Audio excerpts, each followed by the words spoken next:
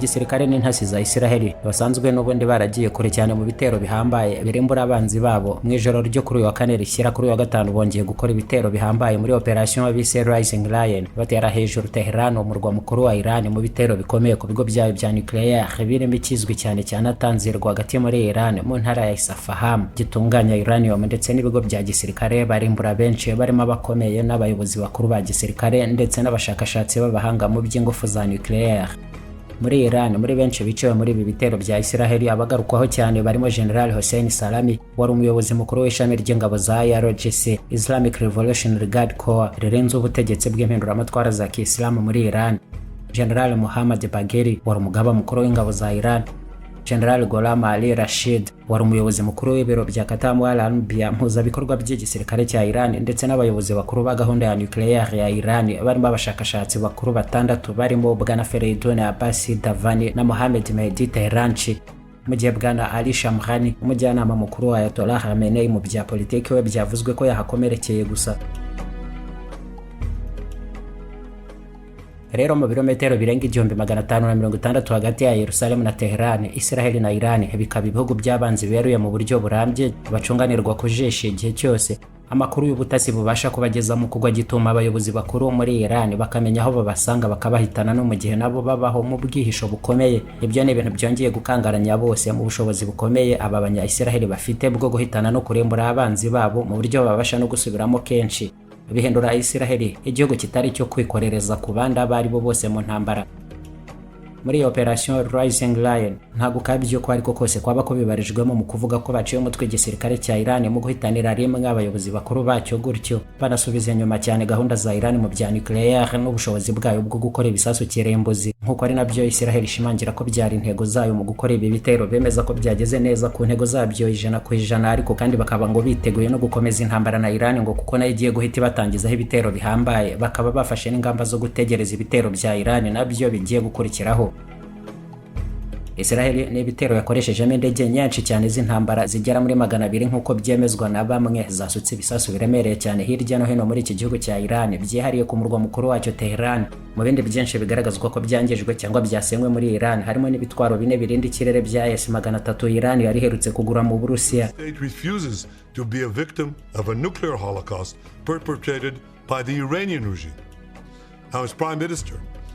Minisitiri w'intebe wa Israheli Benjamin Netanyahu ati leta y'abayahudi ntabwo ishobora kwemera gutegereza kukabwaho ibitero kirembuzi n'ubutegetsi bwa Iran. Nje nka minisitiri w'intebe nabivuze kenshi, ntabwo Israheli iteze kuzigera yemerera abagambiriye kuyirimbura kugera ku bushobozi bwo kubishyira mu bikorwa. Muri iri joro rero Israheli ayo magambo yayahuje n'ibikorwa. Twarashe umutima w'ibigo byabo bitunganya uranium, gahunda zabo zigambiriye kugera kuri ibyo bisasu kirembuzi. Ibitero ku kigo cya Natanzi n'abashakashatsi babo bari bakoreye gahunda zo gukora ibisasu kirembuzi byo kuturembuza.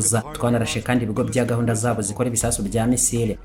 Mu mwaka ushize Iran yarashe misile balistike 300 kuri Israheli, buri imwe yari y'ubushobozi bwo kurimbura ababarirwa mu magana aha muri Israheli. Ubwo rero imwe gusa muri zo n'ubundi mu gihe twabareka bagakomeza kuzikora kuri icyo kigero, umunsi umwe ishobora kuzacomekwaho igisasu kirembuzi noneho cyahitanira rimwe abanya-Israheli barenga miliyoni. Mu myaka 3 yari imbere Iran ifite gahunda yayo yo gukora izo misile zitari munsi y'ibihumbi 10 zose.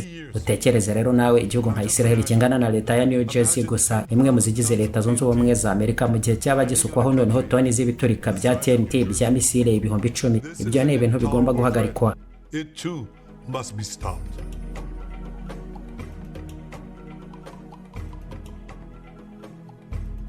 Nuko byose byagenze muri rusange rero, ariko Israheli nayo n'ubundi kuko ibeze neza ko Iran nayo igiye guhita batangizaho ibindi bitero, nayo hahise hashyirwaho ibihe bidasanzwe muri Israheli hose, hategurwa n'uburyo bwabo bwose burinda ikirere. Minisitiri w'ingabo Israel Katz yahise atangaza ko Israheli yafunze ikirere cyayo mu gihe itangazo ry'ishami ry'ingabo z'impinduramatwara za Kisilamu muri Iran ryanyujijwe kuri televiziyo ya leta yabo, naryo rivuga ko Israheli igomba kwitegura guhora kwabo kudasanzwe ngo igomba kuvanamo ingaruka zihambaye cyane. Naho General Abol Fazi Shekarchi uvugira ubuyobozi bukuru bwose bw'igisirikare cya Iran yavuze ko ingabo zabo zose mu mashami azigize biteguye gusubizanya ubukana butarabaho kuri ibi bitero bya Israheli, ngo bagiye kuyibiryoza nabo ku kiguzi kiremereye cyane.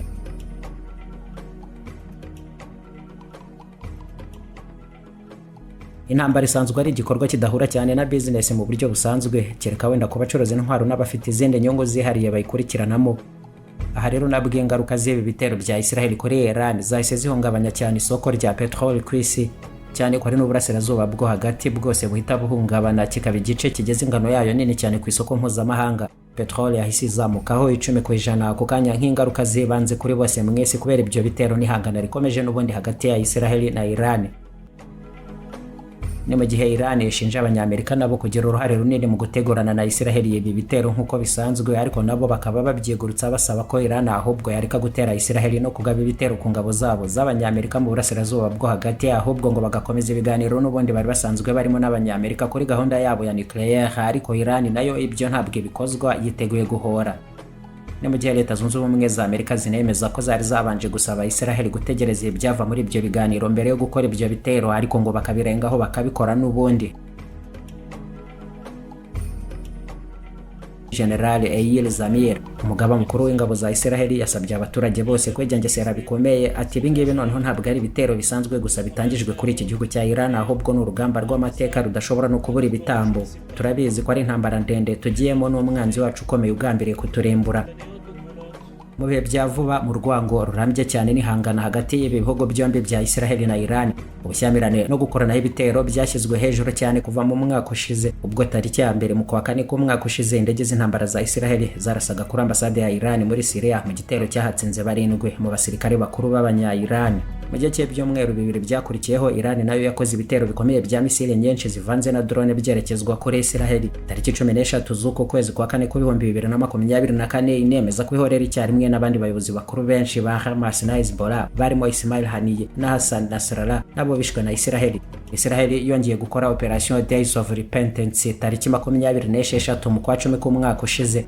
Icyo gihe noneho ubwo n'indege z'intambara zigera mu 100 berekeje muri Iran, bahasenya ibikoresho byinshi by'uburyo burenda ikirere cyaho na za radar, kimwe n'ibigo byabo byinshi bikora drone z'intambara n'ikindi kigo cya nucleaire cya Parshin. Iran nayo yahise itegura Operasiyo True Promise ya kabiri ko ya mbere kwa 10 k'umwaka ushize, barasa misile balistike zigera muri 200 kuri Israheli. Icyo gihe bibasira cyane ibigo bya gisirikare n'ibirindiro bikuru by'ingabo zirwanira mu kirere za Israheli nka Nevatim na Tel Nof, ndetse n'ibiro by'inzego z'ubutasi bwabo nka Mossad. Kuri inshuro noneho rero Iran nta nubwo yategereje, kuko nayo mu gihe yabikiri no gutegura ibindi bitero bikomeye kurushaho, ubu hari misile na drone byahise bitangira kugurutswa ku bwinshi byerekezwa kuri Israheli. Bimwe bashyizeho gahunda yo kubitangirira mu kirere cy'ibindi bihugu bitaragera mu cya Israheli. Ibyo byose ni byagarukwagaho ejo kuwa gatanu ku manywa, ariko byarangiye noneho imibare ya nyuma ari igaruka ku bagera muri 80 bose hamwe biciwe muri Operasiyo Rising Lion ya Israheli muri Iran, n'abagera muri 320 bakomeretse. Naho Iran nayo yahise ikora Operasiyo yayo True Promise ya gatatu kuva ku mugoroba, barasa noneho misile balistike 150 kuri Israheli zishoreranye na drone z'intambara zigera mu 100. Ibyo byose byerekejwe ahanini mu bice byo hagati muri Israheli, harimo no mu mijyi ya Tel Aviv na Yerusalemu. Imibare yabo byaba byahitangira atandukanye cyane kuba yigarukaho ubu kuva kuri 1 kugera kuri 20 baba bishwe, abakomeretse nabo kuva kuri 40 kugera mu 100. Mu gihe amashusho menshi yo ava muri Israheli ubu ngubu agaragaza inyubako nyinshi zasenywe n'abavirirana mu matongo. Nta kabuza rero abaPerēsi n'abaYahudi uretse ibitero bahererekanye ubu barasa n'abagomba kubarizwa mu ntambara ngari ikemura impaka ica inzigo n'urwango rumaze imyaka 46 kuva mu 1979 ubwo Iran yatangiraga gutegekwa k'Islam n'aba Ayatollah baho.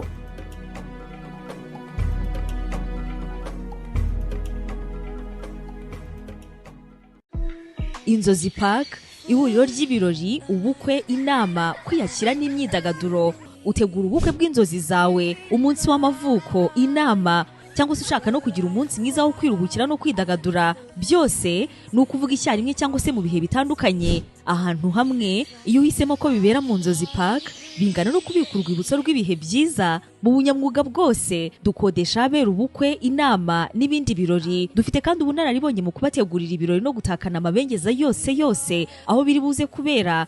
Inzozi Lounge ni bar na restaurant ufatiramo ibyo kunywa n'amafunguro ateguranye ubuhanga. Inzozi Park kandi tunabafasha kwakira abana mu myidagaduro n'udukino twabo mu mutekano wose. Gana Inzozi Park, ihuriro n'igicumbi nyacyo cy'ubukwe, ibirori n'inama, amacumbi n'imyidagaduro ku bana n'abakuru. Ahangaha ni ahantu hakwiriye amahitamo yawe y'icyerekezo cy'inzozi koko. Waduhamagara kuri 0782 33 69 32 cyangwa se 0782 64 31 62. Inzozi Park duherereye Kicukiro Gahanga hafi ya sitasiyo ya Merez. golden fashion, ikitwa imyenda n'inkweto. Menya neza ko kuva ku rudodo, ibitambaro, impu, umudeli w'imyenda n'inkweto mu moko yabyabaho cyangwa twanaguhimbira twe tukwambika by'ikigero kijyana n'ibipimo mpuzamahanga by'ubuziranenge. Ugura cyangwa urangura utuganirwa hagati mu mujyi wa Kigali mu nyubako ya T2000 iruhande rwa 2000 Hotel. Wanaduhamagara kandi kuri izi nimero ureba hazose. Ikaze muri golden fashion, uruganda rukurimbisha nyabyo. Tugereho maze useruke mu bandi waka nk'inyenyeri, ukeye nk'ipamba, abandi bumirwa. Ibanga ariko ni iryo nta rindi, golden fashion.